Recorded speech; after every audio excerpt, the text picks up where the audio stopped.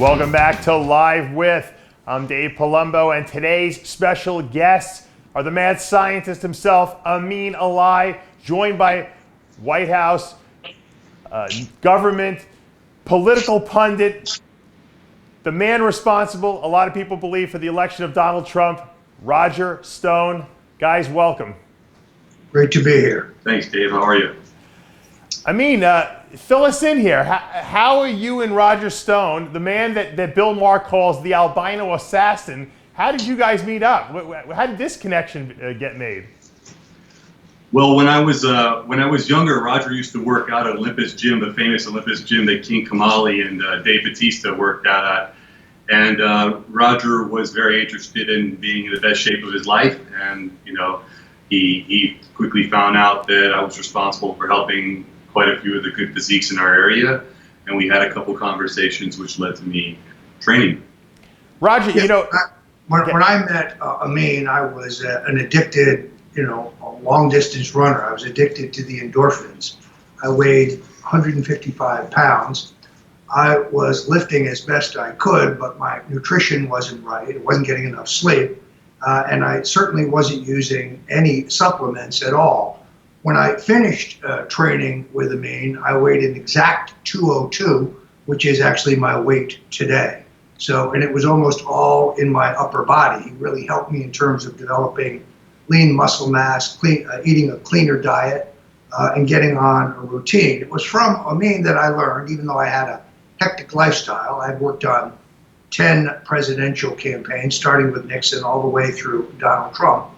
And it's hard to squeeze in your full workout every day, although I usually manage. But it was from Amin that I learned it is better to do something than to do nothing. If you did 200 push-ups and 200 squats and 200 crunches in your hotel room, it was still better than eating a giant steak and going to sleep, which is what I had been doing.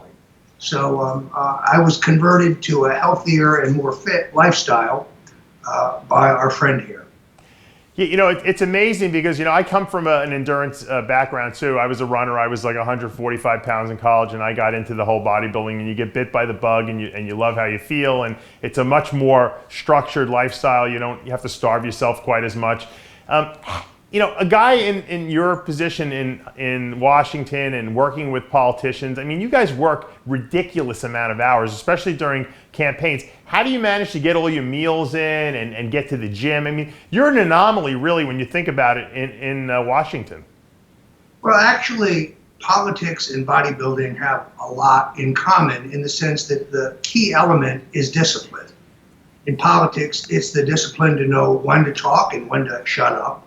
It's the discipline to put in long hours on the airplane getting to where you have to go, keying yourself up for a performance, for a major speech or a presentation, having the discipline to lay low when the time is appropriate for that. I think it's very similar to bodybuilding. You have to have the discipline to put in the hours, the discipline to finish your routine when you're really too tired to do so.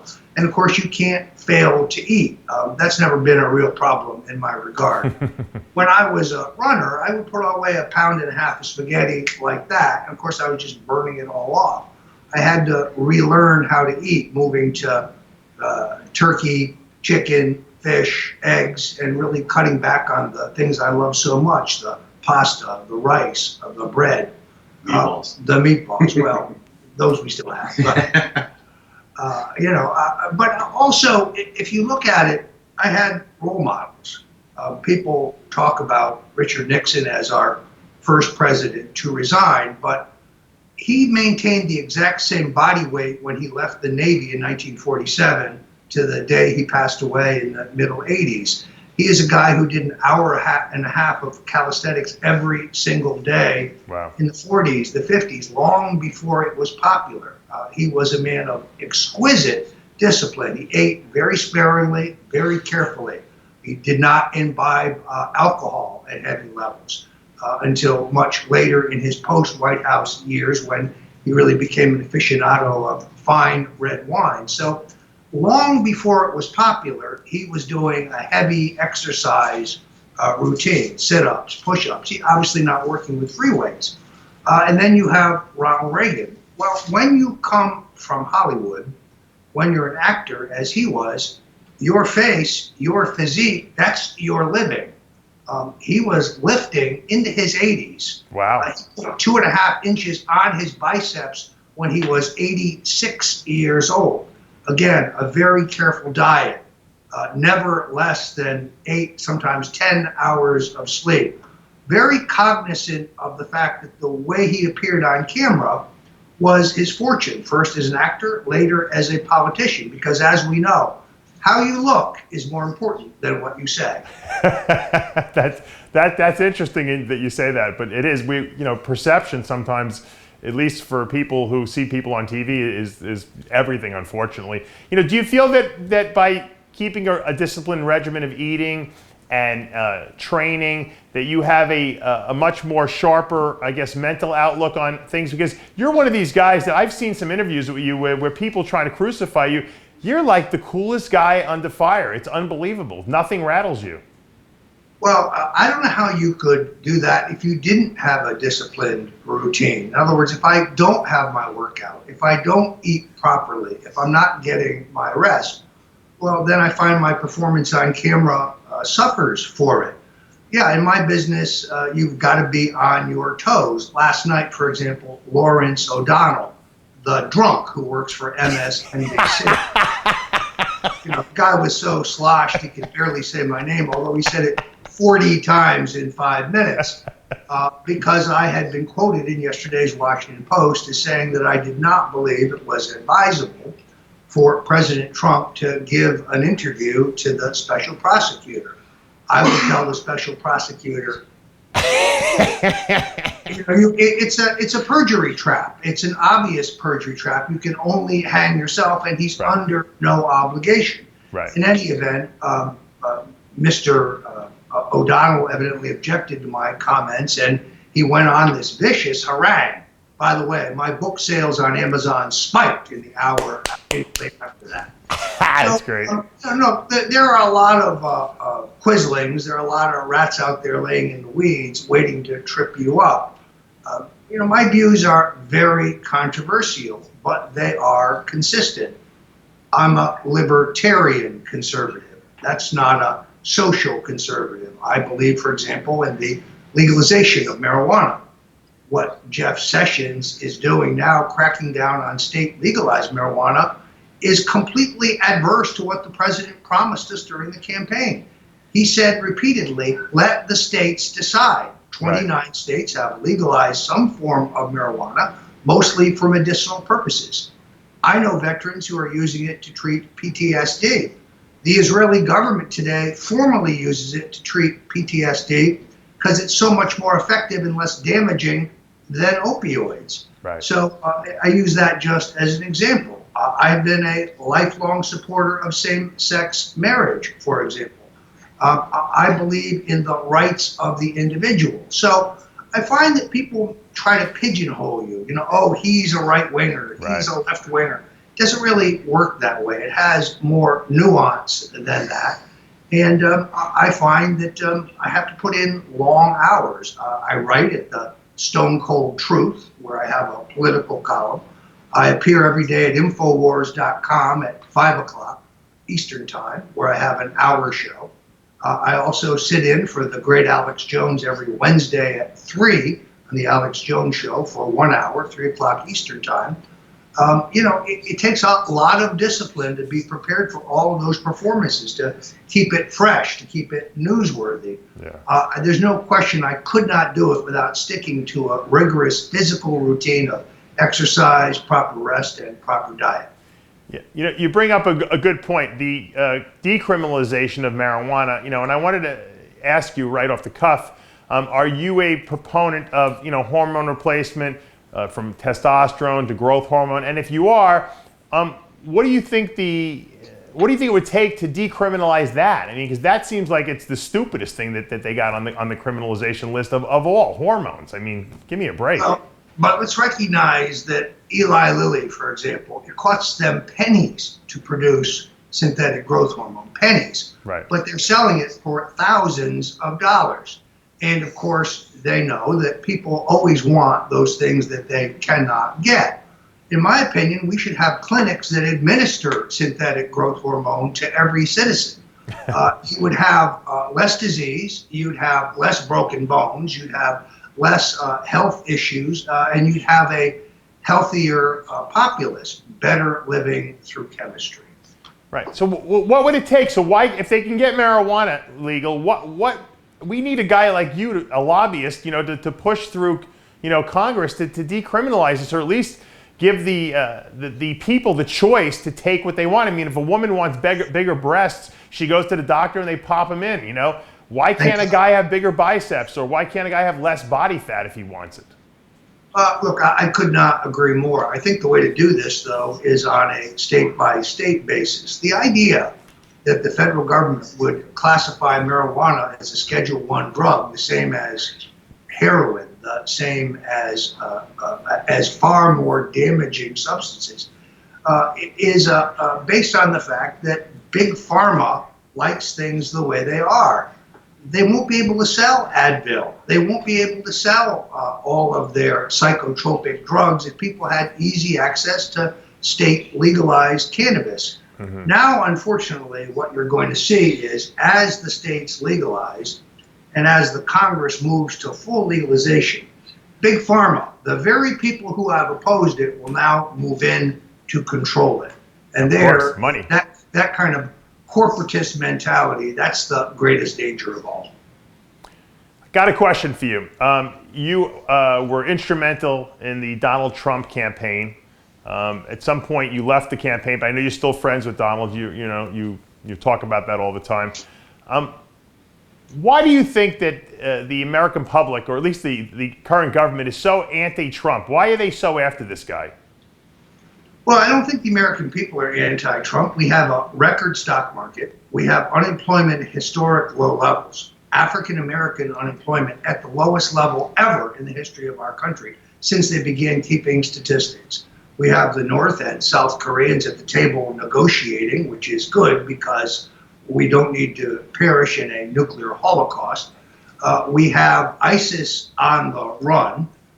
We're trashing these big international trade deals that have sucked the jobs out of America. No, I actually think when you go to middle America, when you go to so-called flyover country, Donald Trump and the job he's doing is quite popular. What you have here is a two-party duopoly. The elites of both the Republican and Democratic parties, and they've run things their way for the last 30 years. And what have they gotten us? Endless war, where our inherent national interests are not clear. Massive debt and spending and borrowing that Amin's son is going to end up paying for, and his son, and his son. Right. Erosion of our civil liberties, where they're reading our emails, reading our text messages, listening to our phone calls. Massive international trade deals that move all the jobs offshore. Immigration policies that don't work, where our streets and neighborhoods are in many cases unsafe. It is a calamity. And let's be clear, this is the responsibility of Republicans and Democrats working together. No one country could screw things up this badly all by themselves. The Bushes and the Clintons are the same. The Clintons are not liberals. They're crony capitalists. They're in it for the money. The Bushes are not conservatives. They're crony capitalists, only interested in lining their own pockets and the pockets of their already wealthy friends. But they've had their way for so long, and they had this all figured out. It was wired. The Republicans would nominate Jeb Bush. The Democrats would nominate Hillary. Jeb, your job is to lose gracefully. Then we'll continue to pay you and your family off. They'll continue to make millions. And we'll continue to march America off to foreign wars and bankrupt us. Along comes a guy who is not perfect by any means, but who doesn't come from politics, who isn't afraid to say the hard truths. He isn't some confection. He's not reading from polling that tells him how to be popular or what to say to be popular. He's got friends like Jesse Ventura and Hulk Hogan, and he's outside the box. And of course, we all know there was no chance whatsoever that he could win. We didn't need to worry about that. Every poll showed him losing. It was in the bag for Hillary. except for it wasn't.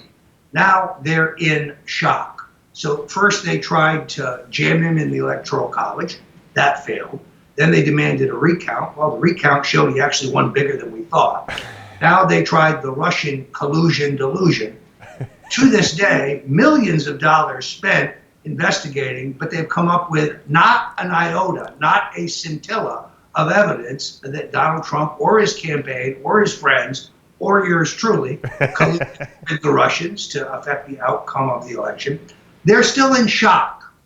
That's why you have the talking heads at CNN, and Jake Tapper's got his pink silk panties in a twist about Donald Trump. They need to just get over it and let him go on with doing his job. When you consider how much opposition he's getting, it's amazing that he's achieved as much as he has so far. Yeah. No, that's amazing. It must make you feel good to know that you've been instrumental in all these election campaigns and working with all these, presidents. I mean, you're really one of the unsung heroes behind the scenes, guys that don't get much fanfare and maybe take a lot of flack. Do you like that position that you kind of harbor in the political world? Well, let's be very clear. Donald Trump is the master of his own fate, more than anybody I've ever worked for. And yes, I worked for Nixon, I worked for Reagan, I worked for Bob Dole, a great patriot, a great American. I even worked, I'm sorry to say, for the Bushes briefly until I figured out their deal. But Donald Trump is very much a creation of himself. There is no Karl Rove in Trump world. There's nobody putting words in his mouth. No one suggested the wall to him. The wall was his idea. He's been my friend for almost 40 years. I'm honored to have been helpful around the edges.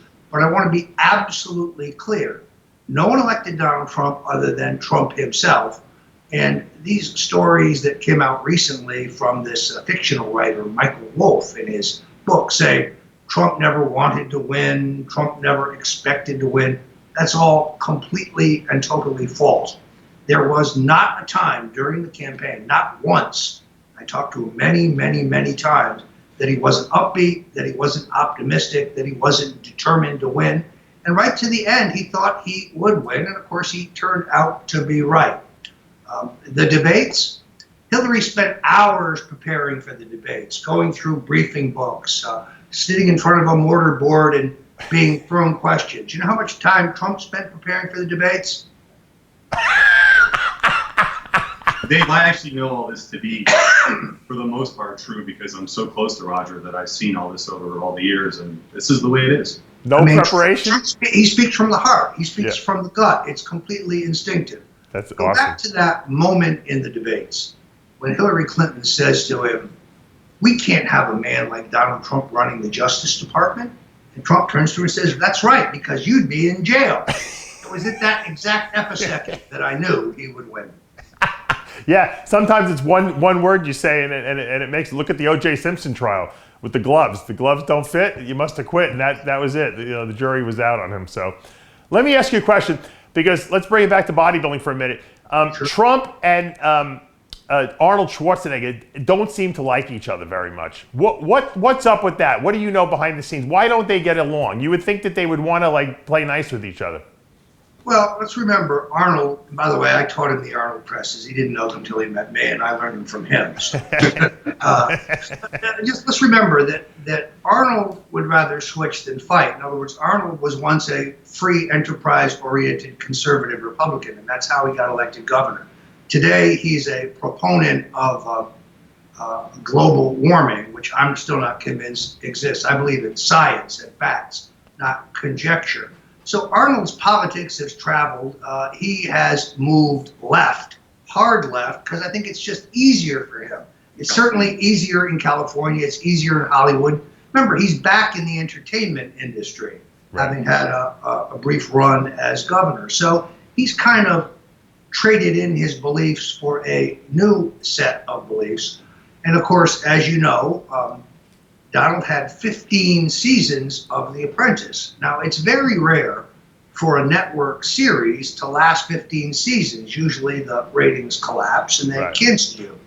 But the truth is, they were begging Donald for another season when he decided instead to run for president. I think some of the animus at NBC pertaining to Trump has to do with this.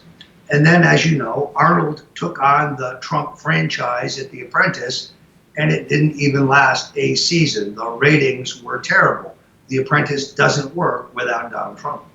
Right. So you think that's where the whole animosity thing came from? I think it has roots in that. But then you take, for example, his relationship with Jesse Ventura, which is great to this day.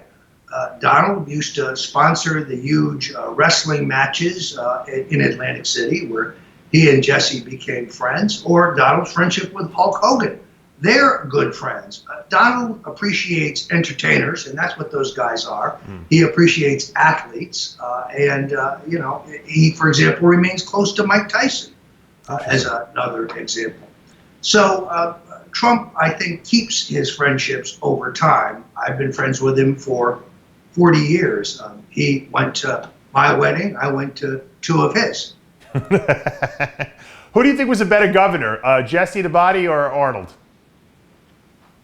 That's a very hard question. Jesse did raise taxes in Minnesota, but he also left with a very healthy surplus.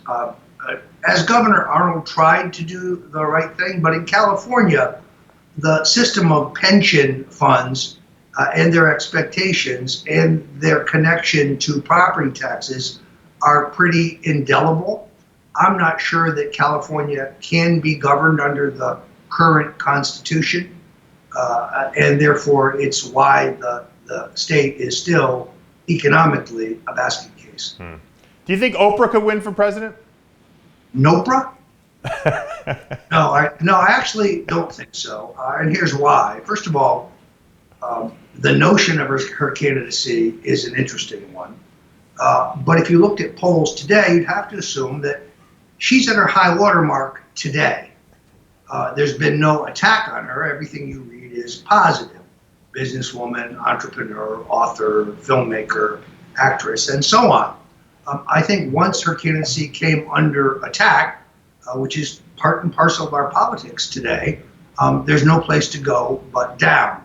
Right. A recent poll taken by Dixie Strategies, which is a very reputable polling firm here in Florida, showed her losing the Sunshine State by 10 points to Trump. This is a must-carry state. But there's another sub-issue here that's important. Michelle Obama and Oprah hate each other. Michelle Obama would like to be president. I'm predicting right here on RxMuscle, mark it down, Michelle Obama will be the Democratic candidate for president of the United States in 2020. Wow. And she is not going to let some actress get in the way. So I like to sit back and watch that cat fight, in all honesty. But Michelle Obama will be the nominee.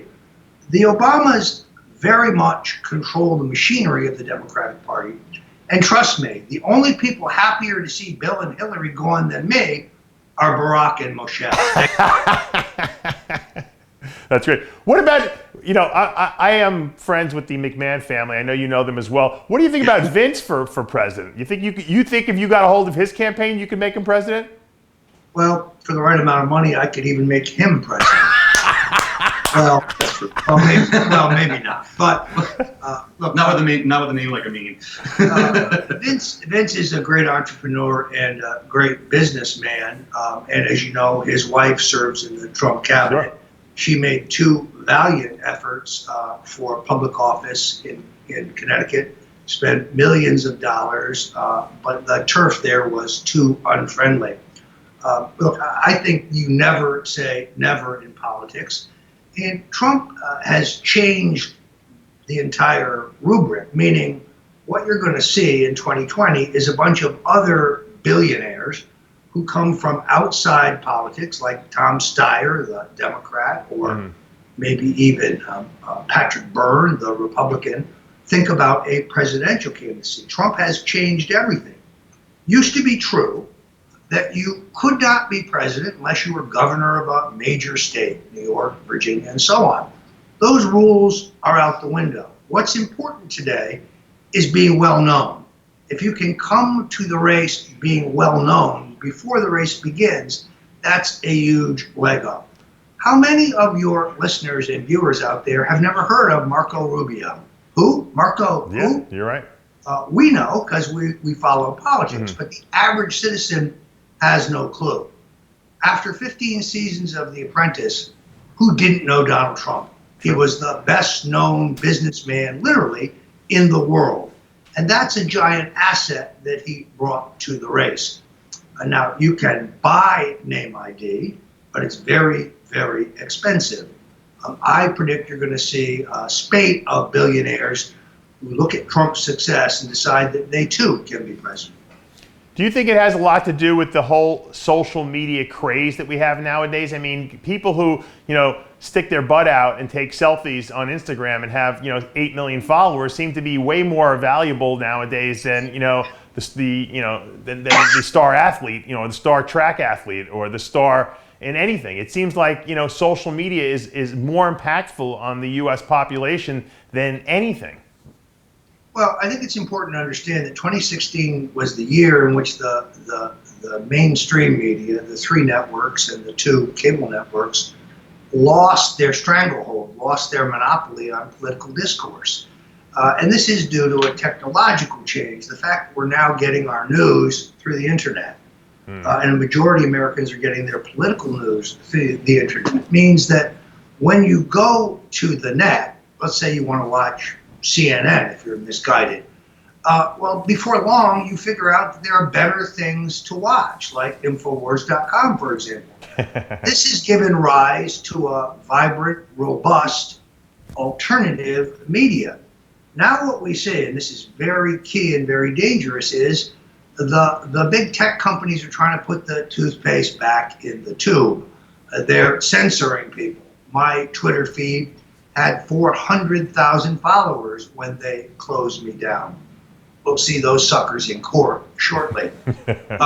But you see this happening particularly at Facebook, where Facebook pages that speak to liberty-oriented readers and viewers are being closed down, and millions of people are being disenfranchised.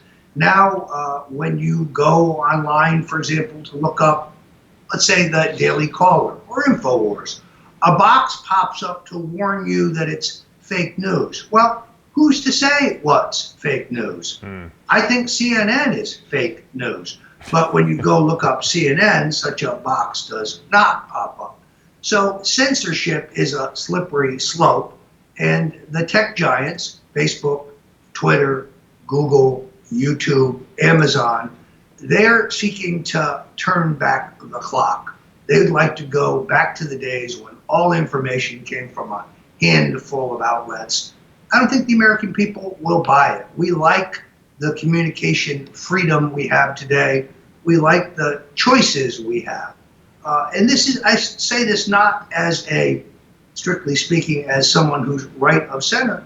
I don't care if you're middle, left, or center. There should be no censorship. You should be able to read whatever you want. You should be able to say whatever you want. Amen to that.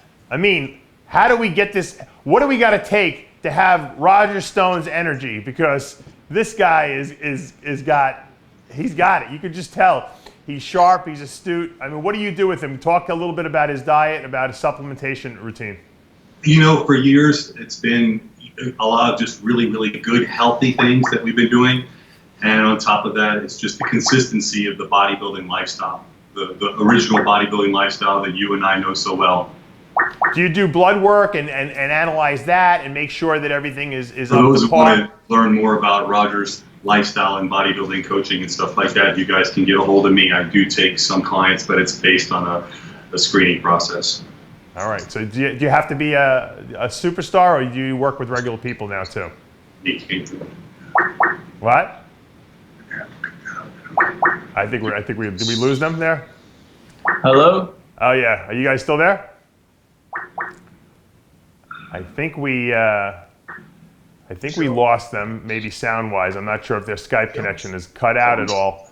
But, I just want to say that, what an enlightening little interview we had here with Roger Stone, a political pundit, and of course Amin Ali, and to learn all the inside scoop on, all the politicians from Richard Nixon all the way up, through Ronald Reagan, through, the current Donald Trump, and Roger's just been there. And it's interesting that relationship that Amin has with Roger, and he's known him since he's kind of a kid. Ironically, I wanted to talk a little bit about the fact that they actually were in the audience, Roger and Amin, in 1995 when I competed at the NPC Junior Nationals in Washington, D.C. I won the heavyweight class. It was the first time I think people really kind of took notice of who I was. I was 258 pounds, pretty shredded on stage. I won the heavies. I lost the overall to Willie Stalling in the light heavyweight class, who then went on later that year to win the NPC Nationals, or actually the following year he went on to win the NPC Nationals, beating Jay Cutler in the overall. So